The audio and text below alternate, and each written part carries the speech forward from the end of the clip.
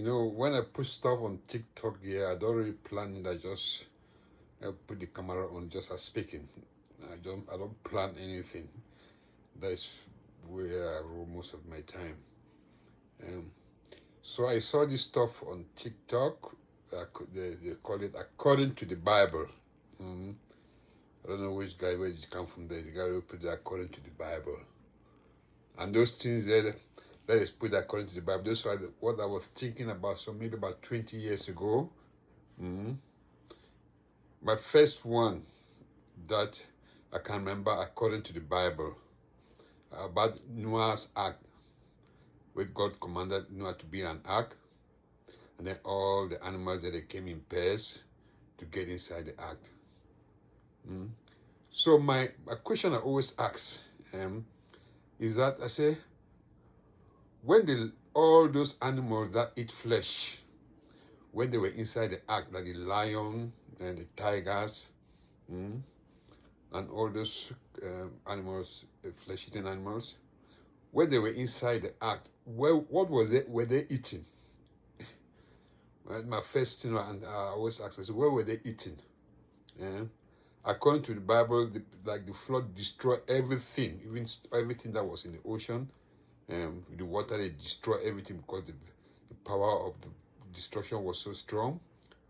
So I would just say, but how about the sharks? How did they manage to get inside the Noah's Ark? And those are the questions I always ask, when I was still young. And then another one again, that when I was young, this is a question. This is the first critical thinking that hit me when my critical thinking started getting matured. Like when there's a place in the Bible that I think Jesus was in the wilderness and he was tempted by the devil. You say, oh, when you bow down on me, look at the world. When you bow down on me, I'll give you the world. And then Jesus said, so man cannot live by something like, give an excuse why he can't do that. So I was looking at that chapter. I said, what? Just imagine somebody come to your house and say, oh, you have to bow down on me in order for you to own the TV in your house. Guess who bought the TV? It's your TV. The TV belongs to you, or your chairs. A person come to you and say, oh, you have to bow down on me. I said, well, who created the world? It was Jesus. Because for me, when I was a Christian, I believed Jesus was God. I said, well, Jesus created the world. Why will he bow down on the world to a Satan that he created? The world, everything in the world belongs to God.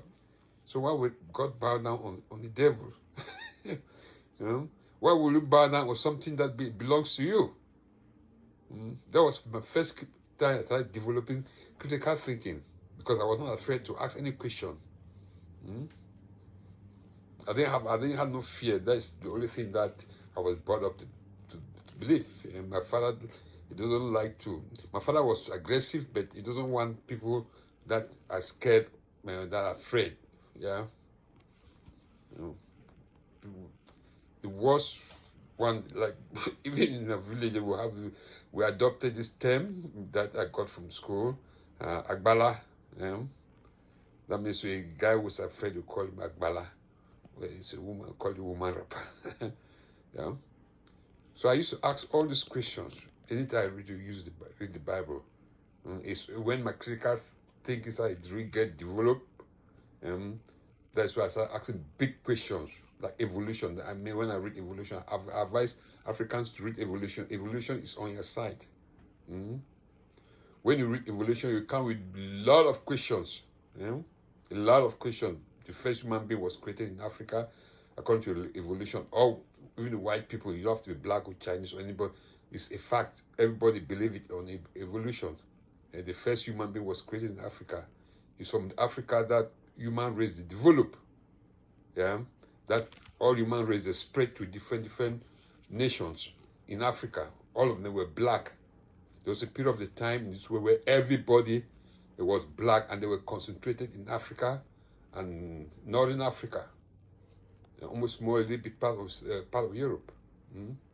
That's where the population of the world was concentrated. And they were all black people. I would just say to myself, I say, if there was God who created the world, he would have given the person a guide, not wait for thousands upon years, millions upon millions upon years before people start coming out different books.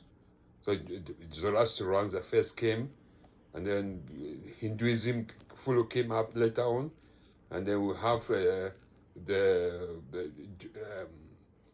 Jewish religion came, and then later now we have Christianity, and then we have Islam, and the other one that's still pumping. And if God was black, we would have corrected the error a long time ago. We shouldn't wait for us to discover everything. Even slave trade, if God knew that slave trade was bad, he would have ended it a long time ago. Instead of he was promoting it in the books. So that's why I say that the Bible is not qualified to be used as a toilet paper. It's a piece of shit. They make it to be so dumb, more than dumb people. Even make it, even a little bit of smart, you'll be smarter than the Bible.